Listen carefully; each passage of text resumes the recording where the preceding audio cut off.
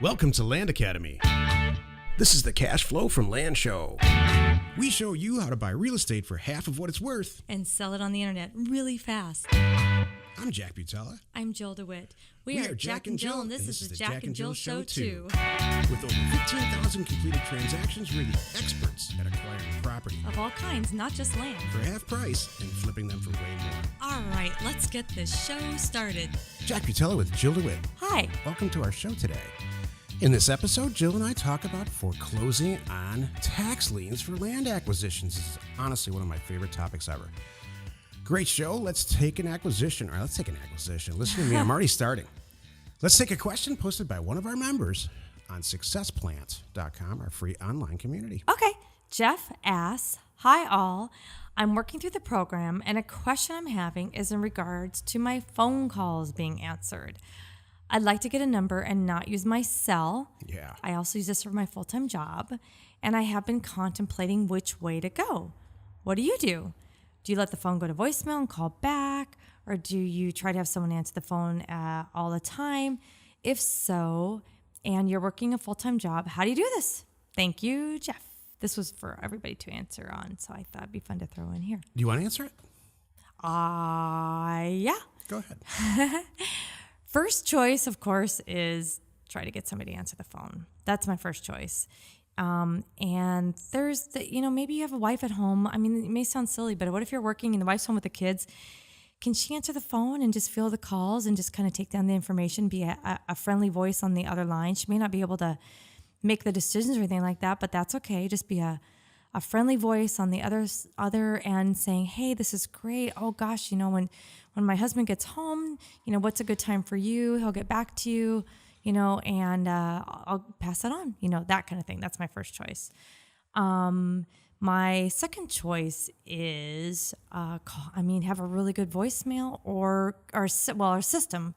You may be able to hire that out. Jack, you're looking at me like, what's your thing? I mean, hire it out, sub it out. I'm looking to you, Jack. The right way to do it. Quick. There's a lot of ways to do it. And I thought you had Jill's an right. opinion on this. Jill's so right about the whole thing. Trying to pull you in. The way that I would recommend, and they make it so easy now, it's nothing like when we started. We literally took our home phone number and then converted it into it's a long thing. But here's the right way to do it. Go out on the internet and find a phone number that you can buy. If you want to do it another way, you can do it through Google Voice, where you can get it for free. Google Voice is a good answer if you're really on a budget or you want to do it on the fly. But you can go on the internet and buy a phone number and you own it forever, just like an email address. And it's not expensive at all, especially if it's not a vanity number. And then you can do what's called porting to anywhere you are. And that's what as companies grow, and that's what Jill and I have done. We move that phone number around. So it's always the same phone number, but it calls and somebody answers it. Maybe it's a virtual assistant. Jill and I have had lucky enough to have, somebody that works up at the front desk in an office share situation at times. So, but what's important is own that number, because it's going to be on all the mailers that you send out. And people send mail back for years and years after they receive it. And then it's also incredibly important to have somebody answer it. I mean, I know, Jill, you're a huge phone person. So, I mean, what's really the correct way? I'm kind of like... Thank you for saving me. I forgot I skipped over the first part of the question as far as the phone number, and you're exactly right. You need to have that phone number and keep it. So... Jill's a huge proponent of answering having somebody answer that phone when they call back. Right. I know. There's a lot of ways to do it. Right. And it's one of those pieces of this business that we're actually working to try to solve and help our members with, maybe create our own little part of data to doorstep service of helping with the phone calls, whether we take them and then email you or text you or just forward it to you or something like that to help our members is something that we're looking at. Yeah, we are. Mm-hmm. It's not that we're thinking about it. It's underway. Right. We will release a call service scenario for this. Right. Probably by the end of the year, maybe before, who knows? Yeah. And a mail service too. Same thing is true, Jeff, since you brought it up. It's just important to make sure that you have the same mailbox forever. Right. We have had the same business address since the 90s. Right. And you don't want to have it at your house, because I talk about this all through the program. As you move, you're going to lose some mail. We get tons of letters from 8 years ago, 10 years ago. Right. I know Seth Williams has he goes with like a phone system or like voicemails, and he says he has a good recording that I think he shares with people that he thinks he's had good luck with. And that might work, but I mean, here's the whole big picture. You're sending out these offers.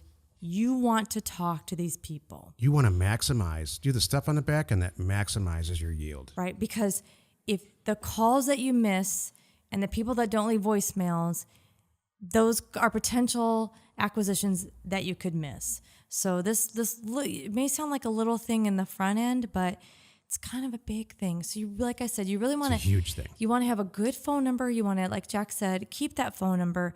And then you want to have a friendly voice on the other end as often as you can. And if you can't do it in-house, hire it out. And if you really can't hire it out, gosh, do your best with a voicemail, and then call them back. And if you see a missed call those back. That's another good thing too. Make sure that whatever phone system you use, you can see what calls that come in, the inbound call and the phone numbers, and you call them back, and let them know, hey, I had a missed call from this number. I know I sent somebody some offers out to buy some property. Is this? Oh, yeah. Actually, that was me.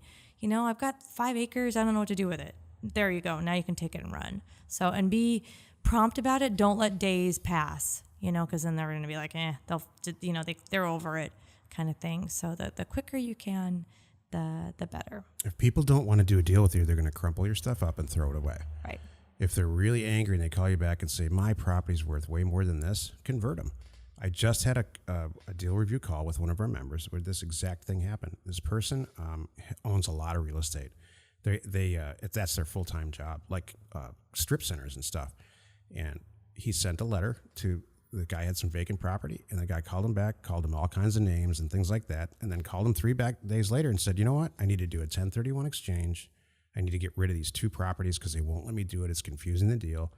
I will sell them to you for $9,000. They're worth like $80,000 or $90,000.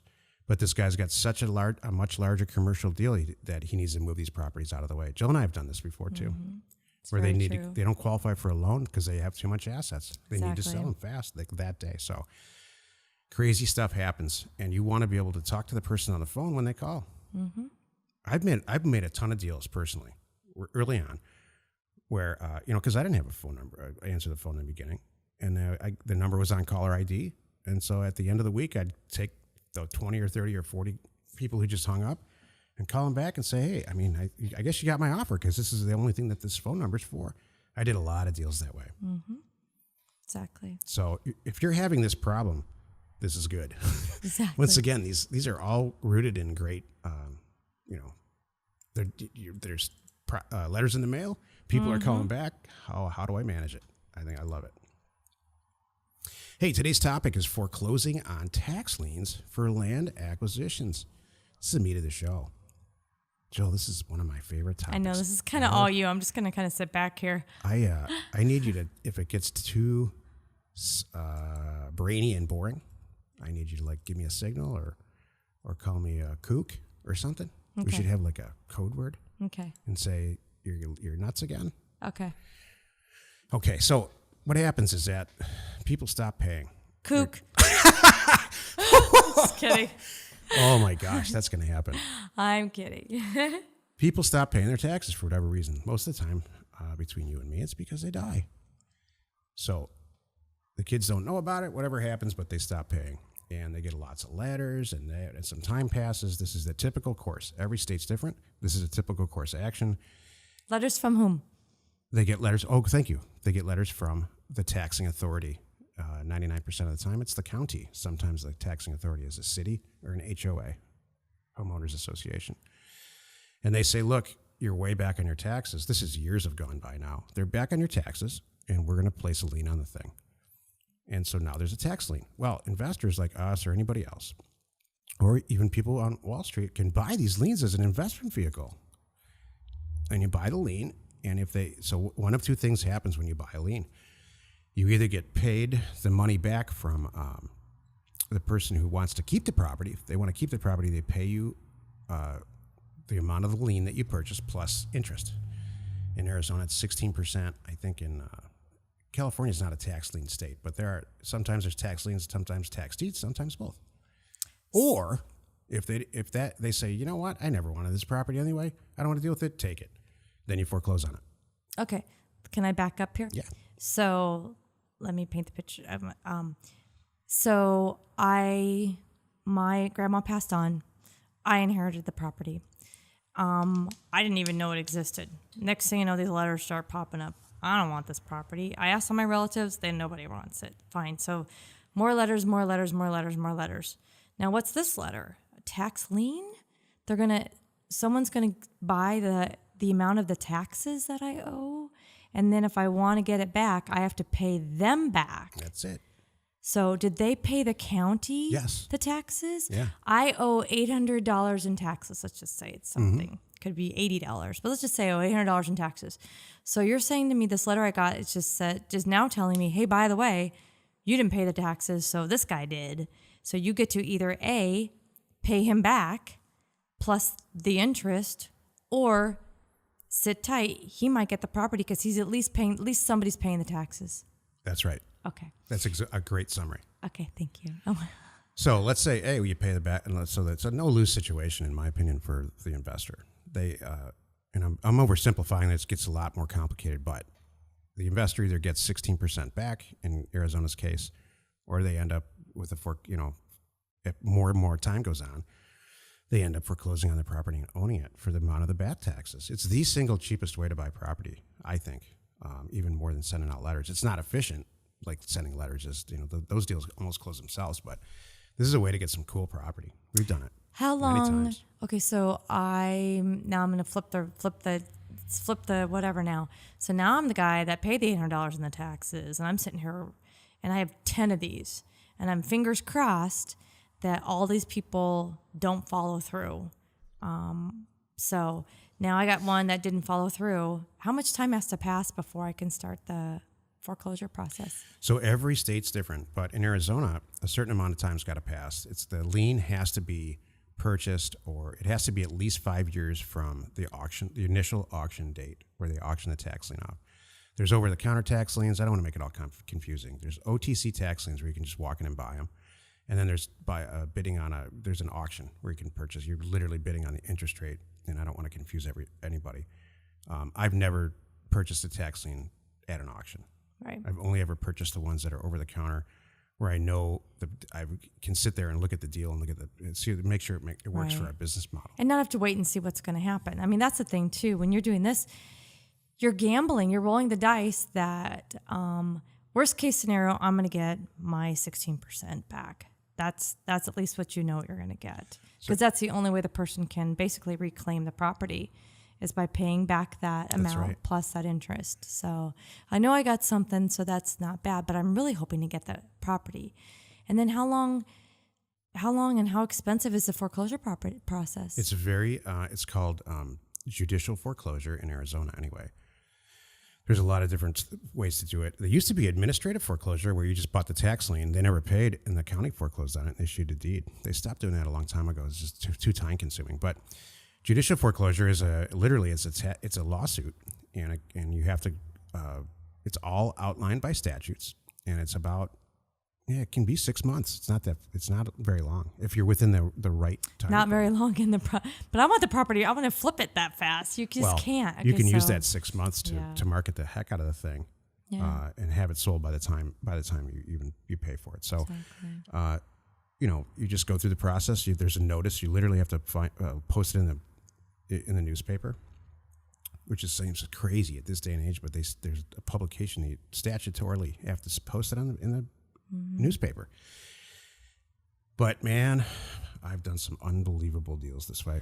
The other thing too is that you can all throughout this process, there's nothing stopping you from finding the owner, and the way the internet is, it's not that hard at all, and say, look, you're going to lose this property, and you clearly don't care. Now we're talking. So I'm going to send you $100 check, and why don't you sign all the stuff that I sent you? It's a deed, and we just be done with this whole thing. And that's a good way to do it too. Mm-hmm. Yeah, when you really, before we get to that foreclosure part, that's the part that I love that makes the most sense is, hey, here's the deal. I'm going to get this property one way or the other.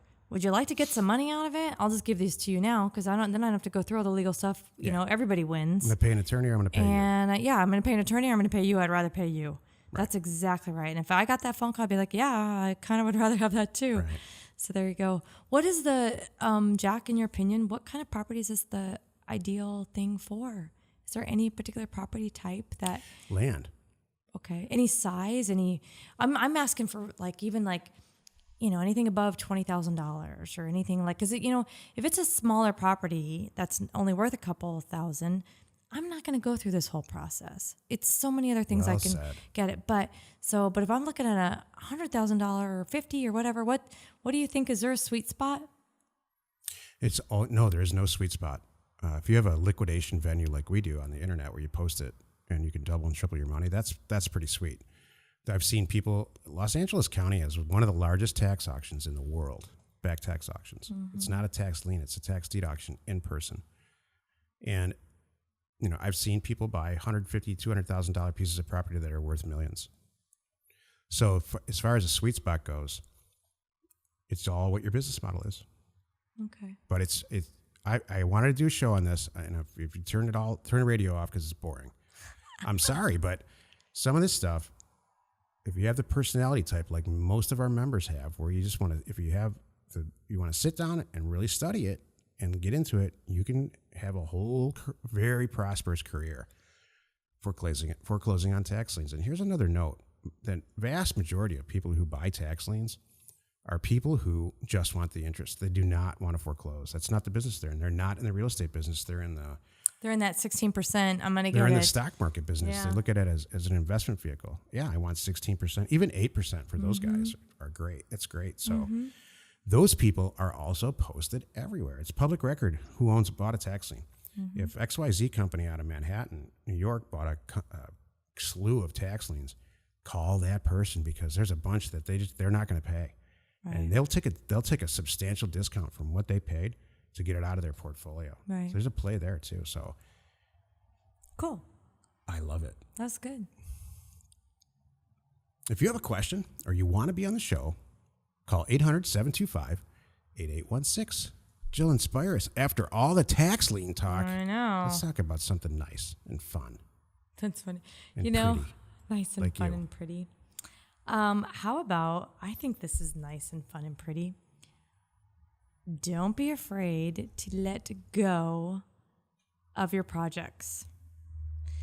Sometimes, this is kind of a theme in case you haven't noticed this week, but we're making a lot of changes here, and it's easy to get, like even we talked about the Luke, hiring scenario. Actually, that was a different call. I'm sorry, or a different show. But I'm just thinking about examples. But we have one of our members who's working on hiring, and even we are hiring. And you go. There's things that you're working on, and you get so personally vested into a project.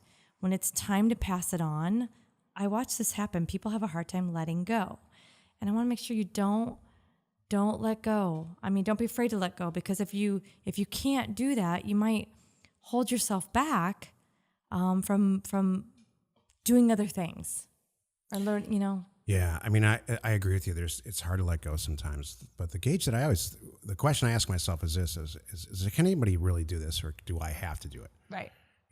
I love to download the list from RealQuest and Data to Doorstep. Use the tools to do that we provide, and analyze the data and choose who's going to get a letter and why. Mm-hmm. And I think that's one of the keys to our success. And our most successful members, in my opinion, make those same choices. Then everything else after that, it's really just mechanical.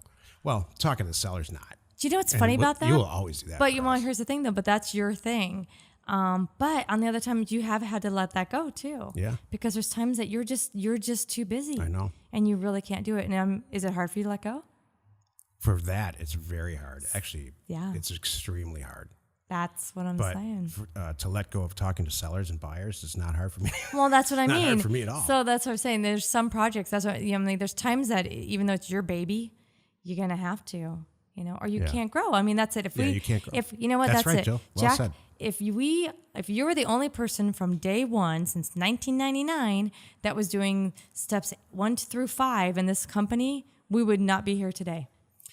Man, I couldn't have said it better myself. Thank you. Change is tough sometimes, and you got to let go of some stuff, but it's all what's in your head, where your vision is.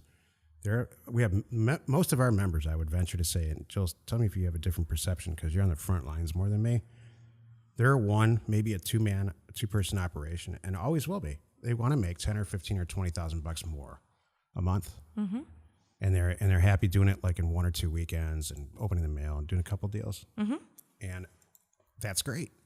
We have several members who are nuts like me, and just have to make it an institutional, Exactly. a company, Right. and then it leads to other companies like this, like Land Academy. Exactly. Thank you. Very inspirational. Let go, man. You gotta let some of this Let stuff some go. of those projects go. Join us in another episode where Jack and Jill discuss how to use information, that's me, And inspiration, that's me.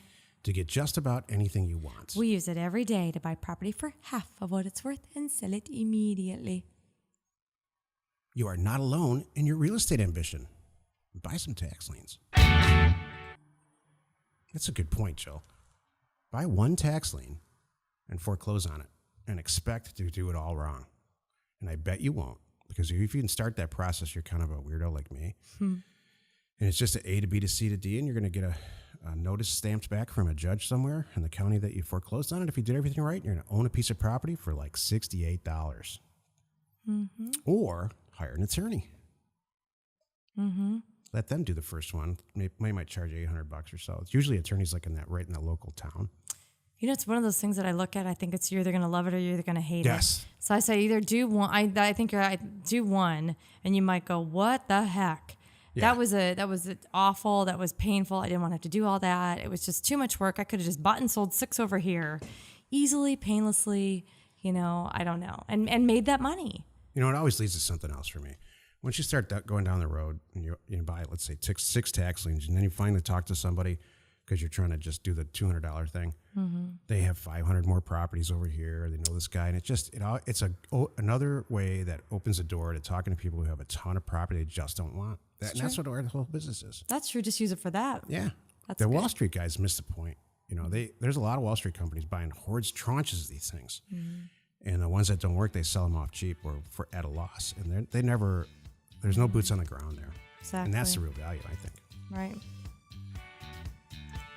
Information and inspiration to buy undervalued property. We are Jack and Jill, and this was the Cash Flow from Land Show.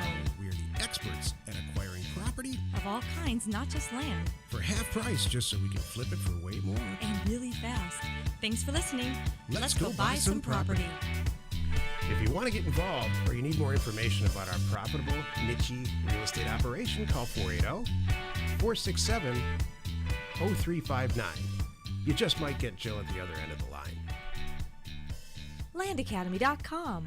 You are not alone in your real estate ambition.